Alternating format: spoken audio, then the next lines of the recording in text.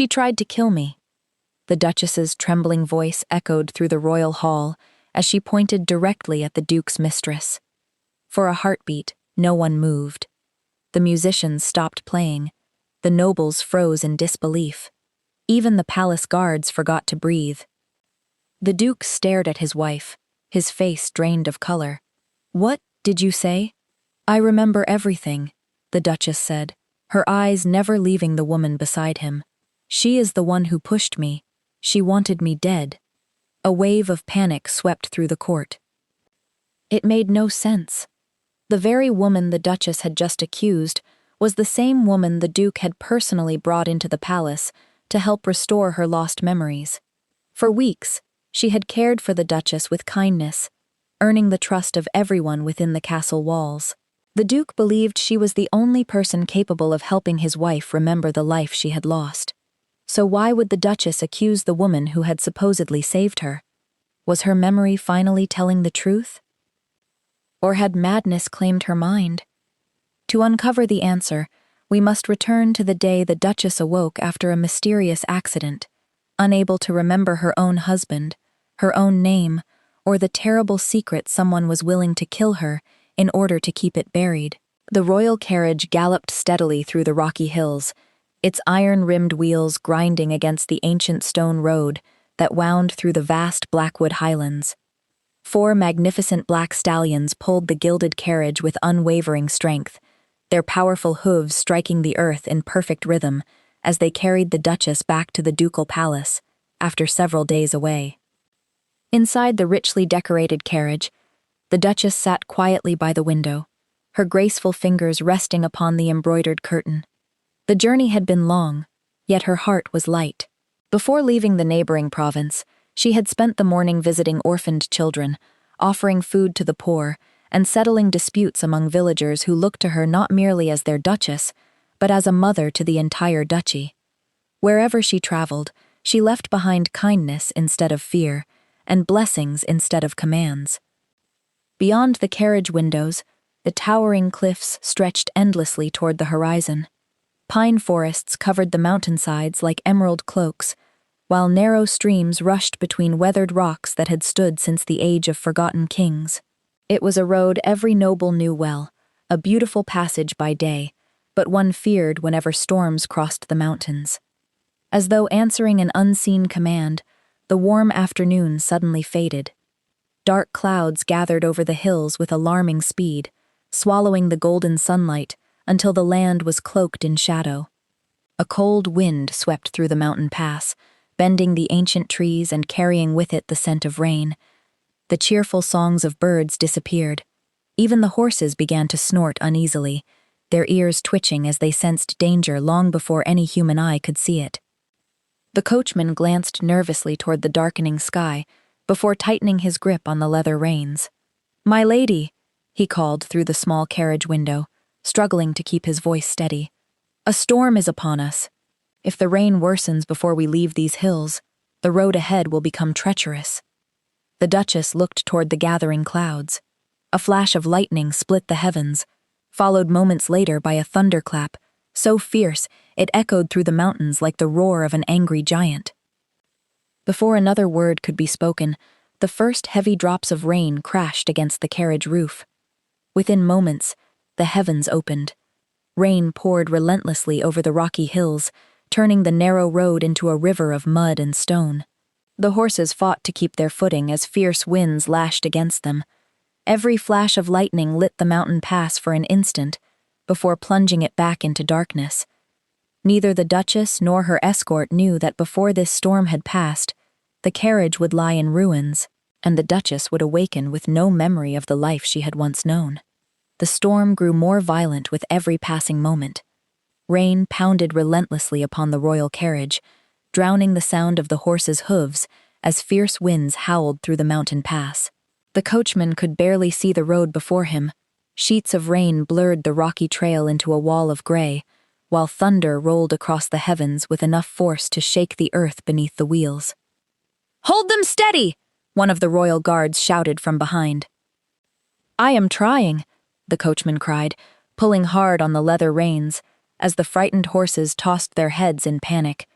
Just then, a blinding bolt of lightning struck the jagged cliffs overlooking the narrow road. The explosion echoed like the wrath of the heavens. The terrified stallions let out wild cries before bolting forward with uncontrollable speed. The coachman struggled desperately to regain command, but the rain-soaked road offered no mercy. The carriage lurched violently from one side to the other, its wheels striking hidden rocks beneath the rushing water. Inside, the Duchess was thrown against the wooden walls. She clutched the seat with both hands as the carriage bounced uncontrollably over the uneven ground. A heavy traveling chest broke loose, crashing across the floor, while shattered lanterns scattered glass at her feet. "My lady," the coachman shouted, "brace yourself!" Before another word could be spoken, the left wheel struck a massive stone buried beneath the mud. A loud crack split the air. The wheel shattered instantly. The carriage spun sideways with terrifying force before tipping over the edge of the rocky hillside. It rolled once, then again, splintering apart as wood, iron, and glass crashed against the mountainside. The screams of the horses were swallowed by the storm. Then, silence. Only the rain continued to fall. Far away at the ducal palace, the Duke stood beneath the palace balcony, watching the storm consume the distant mountains. An uneasy feeling settled deep within his heart. The Duchess should have returned before sunset, yet there was no sign of her carriage. Moments later, one of the Duchess's guards rode frantically through the palace gates on a wounded horse. "My lord!" he shouted, barely able to catch his breath. The carriage has fallen in the mountain pass." Without waiting for another word, the Duke rushed to the royal stables. Within moments, he and dozens of soldiers rode into the storm, carrying blazing torches that struggled against the relentless rain. Hour after hour they searched the mountain roads. The rain washed away footprints. The darkness hid every path. Still, the Duke refused to turn back. Every stream, every tree, she must be found. Near midnight, one of the soldiers spotted shattered wood scattered among the rocks below the road. "My lord, over there!" The Duke raced down the slippery hillside. The royal carriage lay destroyed beyond recognition. One horse lay motionless beside the wreckage, while another had vanished into the darkness. Broken luggage and torn velvet were scattered across the soaked ground. For one dreadful moment, the Duke feared he had come too late. Then he saw her. The Duchess lay beneath part of the broken carriage, her white gown stained with mud and blood. Rain fell gently upon her pale face, as though the heavens themselves mourned her fate. "Duchess!" the Duke cried. He dropped to his knees and carefully lifted the heavy timber trapping her. Gathering her into his arms, he searched desperately for any sign of life. For a long moment, nothing. Then, at last, a faint breath escaped her lips. Relief overwhelmed him. "Prepare the horses," he ordered. "Summon every physician in the palace. She lives." The soldiers wrapped the Duchess in warm cloaks, as the Duke held her close throughout the long ride home, praying that dawn would not steal her from him. For 3 days and 3 nights, the Duchess remained unconscious. The finest physicians from across the duchy came to her bedside. They mixed rare herbs, applied healing balms, and whispered ancient prayers, yet none could say when, or if, she would awaken. The Duke never left her side. He scarcely ate. He scarcely slept. Every morning, he took her hand and whispered stories of the life they had shared, hoping that somehow his voice would guide her back. On the 4th morning, just as the first rays of sunlight slipped through the palace windows, the Duchess slowly opened her eyes. The Duke sprang from his chair, joy filling his heart. "You are awake," he whispered, gently taking her hand. "Thank the heavens." The Duchess stared at him in silence. Fear slowly filled her eyes. She looked around the magnificent chamber as though she had awakened in a strange kingdom. Her gaze returned to the man before her. "I'm sorry," she said softly. Her voice trembled. "Who are you?" The Duke's smile faded. The royal physician lowered his head. The servants exchanged frightened glances. The Duchess looked at each of them one by one, her confusion growing with every passing second. I don't know any of you," she whispered. "Where am I?" She searched the room desperately, hoping to find something familiar. The towering palace walls meant nothing to her. The royal portraits were strangers. Even when a servant placed a polished silver mirror into her hands, she stared at her own reflection with frightened eyes. "I don't know this woman," she murmured. "I don't even remember who I am." In that heartbreaking moment, everyone in the chamber realized the storm had taken far more than the Duchess's carriage. It had stolen her entire past. The days that followed were filled with sorrow. From sunrise until nightfall, the palace echoed with the footsteps of physicians, healers, and scholars who traveled from every corner of the duchy in hopes of restoring the Duchess's memory. Ancient herbs were burned inside her chambers. Sacred oils were rubbed upon her temples. Wise men recited forgotten remedies passed down through generations. Yet each attempt ended in disappointment. Every morning, the Duchess awoke with the same frightened eyes. She did not know the Duke. She did not recognize the palace she called home. She could not remember the servants who had raised her from the day she became the Duchess. To her, they were all strangers. The Duke refused to surrender. He spent countless hours beside her, telling stories of the day they first met, of the grand wedding celebrated across the duchy, of peaceful evenings spent walking through the palace gardens beneath the stars. He showed her paintings, treasured letters, family heirlooms, and gifts they had exchanged throughout their marriage. The Duchess listened with quiet politeness. Sometimes she smiled, sometimes she apologized, but not once did recognition return to her eyes. "I'm sorry," she would whisper. "I wish I could remember, but I cannot." Those words pierced the Duke's heart more deeply each passing day. Soon whispers began spreading beyond the palace walls. The people wondered whether the Duchess would ever rule again. The nobles questioned whether the duchy could remain stable with its beloved Duchess, trapped in a world of forgotten memories. Some even suggested the Duke should begin preparing for life without her. Those cruel words filled him with anger. He refused to abandon the woman he loved. One evening, while the Duke sat alone inside his private study, an elderly physician cleared his throat before speaking carefully. "My lord, medicines have failed because the wound is no longer of the body." The Duke slowly lifted his head. "What do you mean?" "Sometimes," the physician replied, "the mind remembers what medicine cannot awaken. Familiar voices, familiar places, familiar faces from a forgotten past may succeed where we have failed." The Duke remained silent. Then another thought entered his mind. There was one person who had spent many years close to both him and the Duchess. A woman who knew the Duchess's daily habits, her favorite flowers, the songs she loved, the stories that always made her laugh. A woman the Duchess had once trusted completely. Her name was Lady Vivian. For years, the kingdom had whispered about her. Some called her the Duke's closest companion. Others called her his mistress. Though no one knew the full truth of their relationship, one thing was certain. Her presence within the palace had always stirred gossip wherever she went. The following morning, the Duke summoned his council. "I have made my decision," he declared. "I shall bring Lady Vivian to the palace." The chamber fell into stunned silence. One noble nearly dropped the scroll he was holding. Another rose to his feet in disbelief. "My lord," he protested, "the people already whisper about your relationship with Lady Vivian. Bringing her into the palace while the Duchess lies helpless will only bring disgrace upon your house." Another counselor bowed respectfully before speaking. "The kingdom will believe you have chosen your mistress over your own wife." But the Duke's expression never changed. "I do not seek the kingdom's approval," he replied firmly. "I seek only my wife's recovery.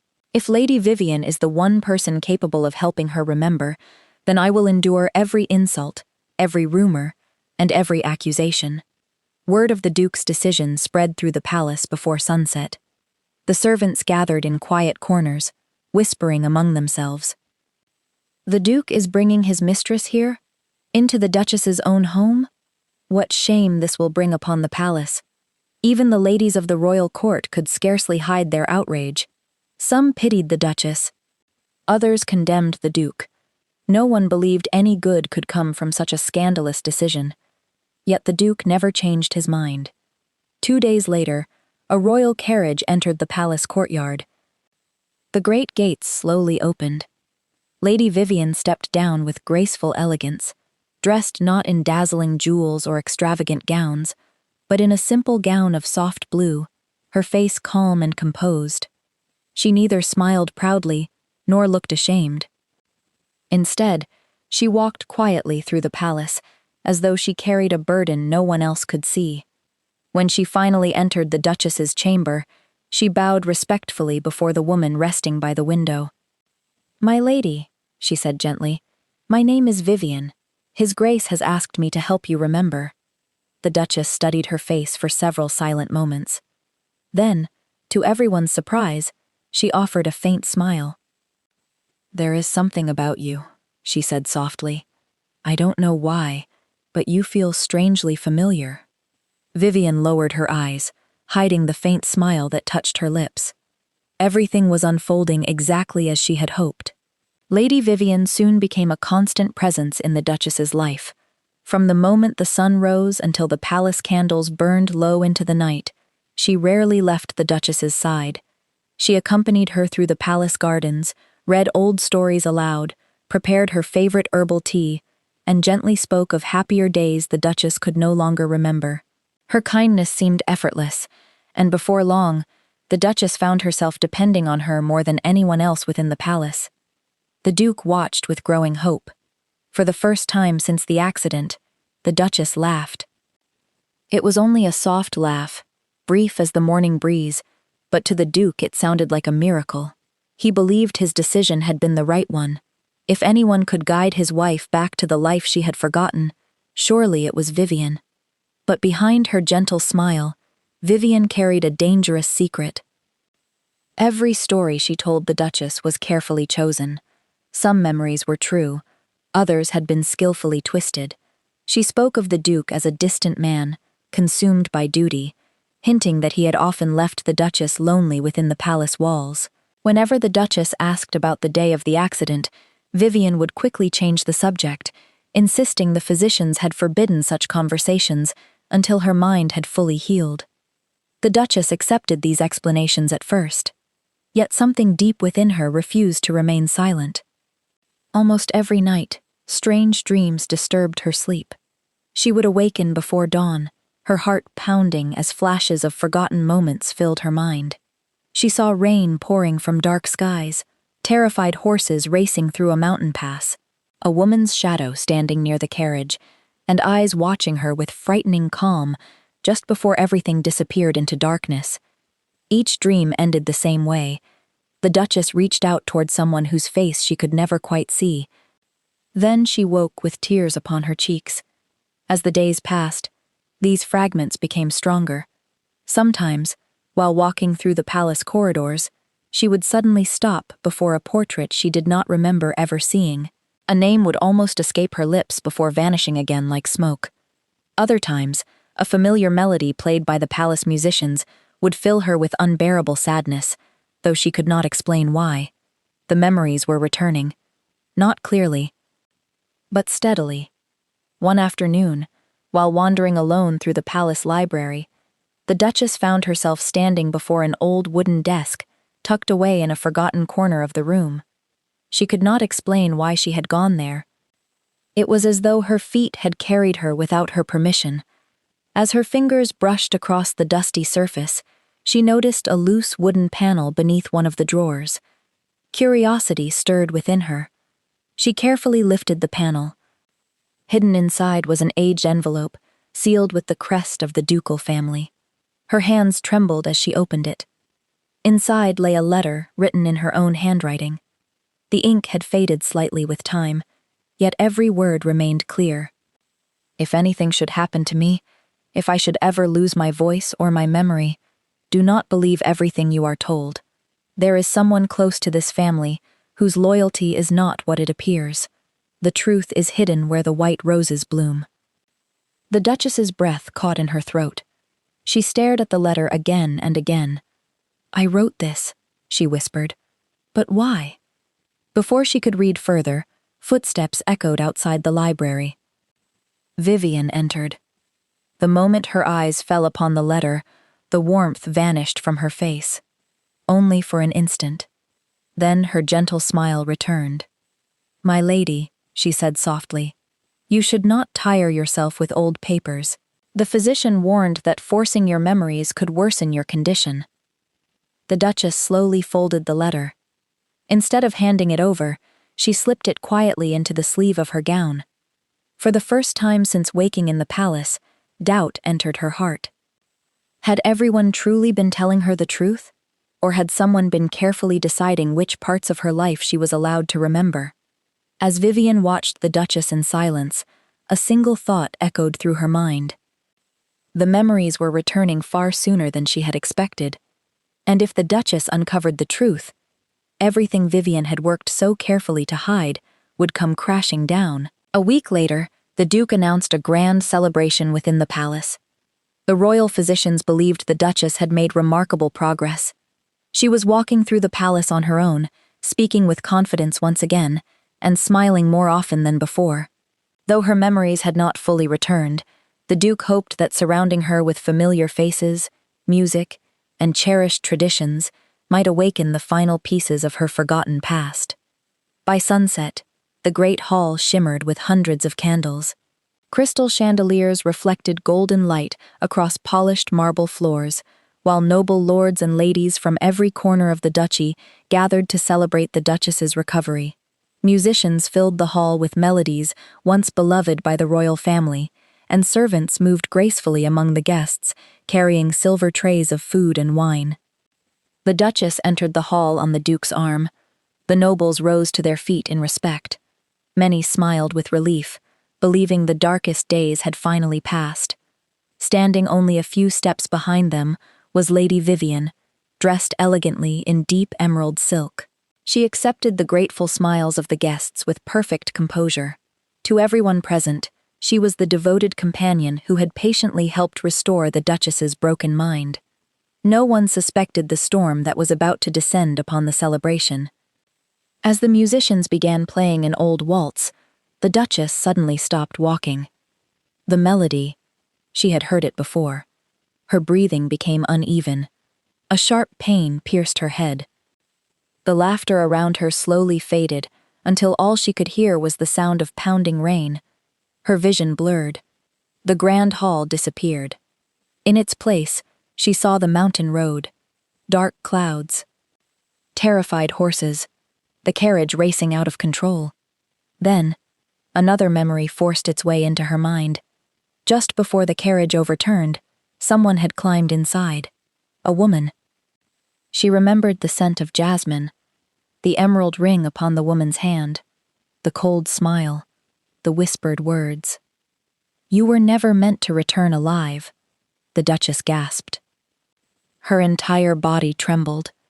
Another memory followed. The carriage had not lost control on its own.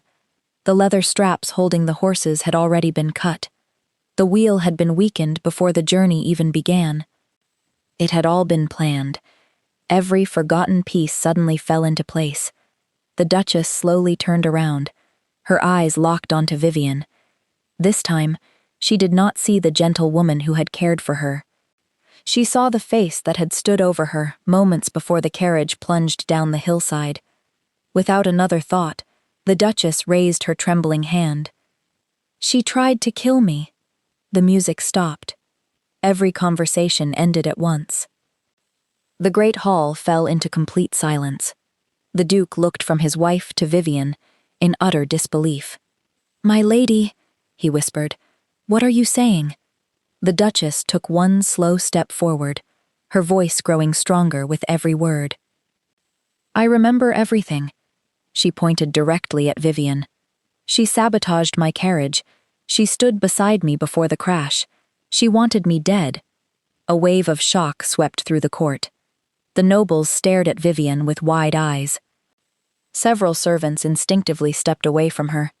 Even the palace guards tightened their grip on their swords. Vivian remained perfectly still. Then, to everyone's astonishment, she smiled. "So," she said quietly, "your memory has finally returned." The Duke turned toward her, unable to hide the horror on his face. "You admit it?" Vivian's calm expression never changed. "There is no reason to deny what she already remembers." Gasps echoed throughout the hall. The Duke felt as though the ground beneath him had disappeared. "Why?" he demanded. "Why would you do such a monstrous thing?" Vivian looked directly at the Duchess. "Because as long as she lived, I could never have what I wanted." The hall erupted into frightened whispers. For years, the kingdom had believed Vivian desired only the Duke's love, but the truth was far darker. She had never wanted the Duke. She wanted power. Months before the accident, Vivian had discovered an ancient royal decree hidden within the palace archives. The document revealed that if the Duchess died without an heir, control of several wealthy provinces would pass into the hands of the royal council.